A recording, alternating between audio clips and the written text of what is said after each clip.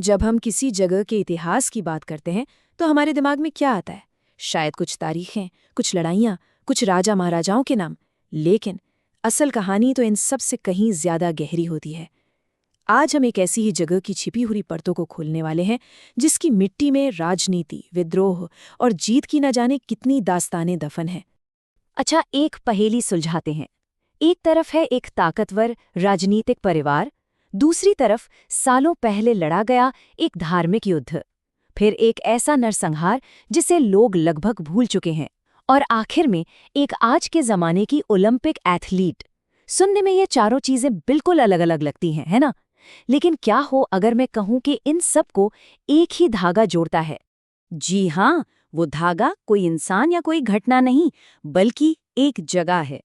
इन सभी असाधारण लोगों और घटनाओं की जड़ें एक ही मिट्टी में है, और उस जगह का नाम है राय बरेली। तो चलिए इन अलग अलग धागों को एक एक करके पकड़ते हैं और देखते हैं कि ये कैसे एक ही कहानी बुनते हैं।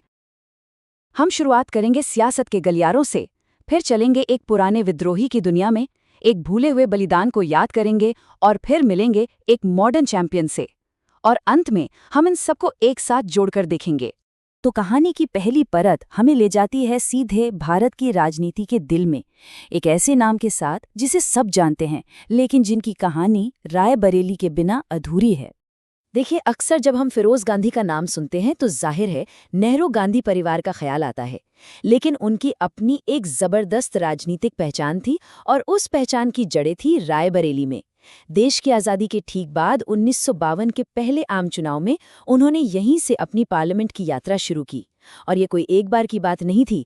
1957 में वो फिर यहीं से जीते और राय बरेली को देश की सियासत के नक्शे पर एक मजबूत पहचान दी। और सबसे दिलचस्प बात जानते क्या है? वो सिर्फ अपने ससुर प्रधानमंत्री जवाहरलाल नेहरू की सरकार का हिस्सा बनकर नहीं रहे, उन्होंने संसद में अपनी ही सरकार के खिलाफ भ्रष्टाचार के बड़े बड़े मामले उठाए और एक बेखौफ सांसद के तौर पर अपनी अलग पहचान बनाई, जिनका सम्मान सत्ता पक्ष भी करता था और विपक्ष भी। तो ये तो हुई राजनीति की बात। अब चलिए टाइम मशीन में बैठते हैं और चलते हैं बहुत पीछे, उसी रायबरेली की धरती पर, लेकिन एक बिल्कुल अलग दौर में। यहाँ हमारी मुलाकात होती है एक ऐसे धार्मिक नेता से जिनके विचारों का असर आज भी महसूस किया जाता है। सैयद अहमद बरेलवी ने एक आंदोलन शुरू किया था जिसका नाम था तरीका-ए-मुहम्मदिया। अब ये था क्या? इसे ऐसे समझिए कि उस दौर में उनका मानना था कि इस्लाम में कई बाहरी और स्थानीय रीति रिवाज मिल गए हैं, तो उनका मकसद था इस्लाम को उनके हिसाब से शुद्ध रूप में वापस लाना और उन सभी प्रथाओं को हटाना जिन्हें वो गैर इस्लामी मानते थे। पर बात सिर्फ धार्मिक सुधार की नहीं थी, उनका एक बहुत बड़ा राजनीतिक मकसद भी था। वो उत्तर पश्चिम के इलाके में एक मजबूत इस्लामी राज्य बनाना चाहते थे, जिसे बेस बनाकर वो उस वक्त की दो सबसे बड़ी ताकतों को टक्कर दे सकें। एक तरफ महाराजा रंजीत सिंह का सिख साम्राज्य और दूसरी तरफ अंग्रेजों की ईस्ट इंडिया कंपनी। तो देखिए कनेक्शन कहाँ है। सैयद अहमद बरेलवी, जिन्होंने पूरे उपमहाद्वीप में इतना बड़ा और प्रभावशाली आंदोलन खड़ा किया, उनकी पैदाइश भी रायबरेली की ही थी। उनकी जिंदगी का अंत 1831 में बालाकोट की लड़ाई में हुआ, लेकिन उनके विचारों और आंदोलन की विरासत आज भी जिंदा है। सियासत और विद्रोह के बाद राय बरेली की कहानी में एक बहुत ही दर्दनाक पन्ना भी है। ये किसी एक इंसान की कहानी नहीं, बल्कि हजारों लोगों के सामूहिक बलिदान की कहानी है। एक ऐसी घटना जिसे हमारी इतिहास की किताबों ने लगभग भुला ही दिया है। ये बात है साल 1921 की। देश में आज़ादी की लड़ाई अपने चरम पर थी और हर तरफ किसान जालिम जमींदारी प्रथा के खिलाफ आवाज उठा रहे थे। रायबरेली के मुंशीगंज में भी यही हुआ। हजारों किसान इकट्ठा होकर जमींदारों के खिलाफ प्रदर्शन कर रहे थे, लेकिन अंग्रेजी हुकूमत का जवाब बेहद क्रूर था। उन्होंने निहत्थी भीड़ पर गोलियां चलाने का हुक्म दे दिया। कहा जाता है कि उस दिन 10,000 से भी ज्यादा गोलियां चली थीं, और नतीजा, एक अंदाजे के मुताबिक करीब 750 निहत्थे किसान उस गोलीबारी में मारे गए। सोचिए, एक भयावह आंकड़ा जो उस त्रासदी की गहराई को दिखाता है।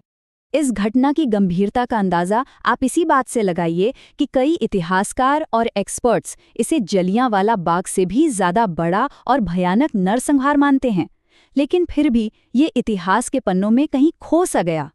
तो एक बार फिर रायबरेली की यही जमीन गवाह बनी विद्रोह और बलिदान की। इन किसानों का संघर्ष आज़ादी की लड़ाई का एक बहुत ज़रूरी लेकिन अक्सर नज़रअंदाज किया जाने वाला हिस्सा है। इतने गहरे और भारी इतिहास के बाद अब कहानी का रुख मोड़ते हैं आज के ज़माने की तरफ। रायबरेली की मिट्टी से निकली एक ऐसी कहानी जो दुख और संघर्ष की नहीं बल्कि उम्मीद, जिद और जीत की है। मिलिए सुधा सिंह से। रायबरेली की ये एथलीट दो बार ओलंपिक्स में भारत के लिए दौड़ चुकी हैं, एशियन गेम्स में गोल्ड मेडल जीत चुकी हैं, नेशनल रिकॉर्ड अपने नाम कर चुकी हैं और उन्हें अर्जुन अवार्ड से लेकर पद्मश्री तक से सम्मानित किया गया है। और उनके अपने शब्द ही उनके जज्बे को सबसे अच्छी तरह बयां करते हैं। ये सिर्फ एक लाइन नहीं, ये वो आग है जो रायबरेली की इस बेटी को देश के लिए दौड़ने की ताकत देती है। तो एक सांसद, एक विद्रोही, हजारों शहीद किसान और एक ओलंपियन, 4 अलग-अलग दुनियाएं, 4 अलग-अलग दौर। अब इन सारे बिखरे हुए धागों को एक साथ जोड़ने का वक्त आ गया है। रायबरेली की ये कहानी हमें यही तो बताती है कि कोई भी जगह सिर्फ एक नाम या नक्शे पर एक डॉट नहीं होती। ये तो इतिहास की जीती जागती किताब है जिसमें शक्ति, विद्रोह, बलिदान और जीत के न जाने कितने ही अध्याय लिखे हुए हैं। सोचिए, फिरोज गांधी की राजनीतिक ताकत, सैयद अहमद बरेलवी का धार्मिक जुनून, मुंशीगंज के किसानों का बलिदान और सुधा सिंह की खेल की दुनिया में जीत, ये सब कहानियां एक ही जमीन से जुड़ी हैं। ये हमें दिखाती हैं कि कैसे एक ही मिट्टी में कितनी तरह की जिंदगियां पनप सकती हैं। और ये हमें एक बहुत ही दिलचस्प सवाल पर लाके छोड़ता है। अगर एक रायबरेली में इतिहास की इतनी परतें दबी हैं, तो जरा सोचिए हमारे आसपास की जगहों में, हमारे अपने शहरों और गांवों में कितनी ही ऐसी अनकही कहानियां होंगी जो बस अपने सुने जाने का इंतजार कर रही हैं।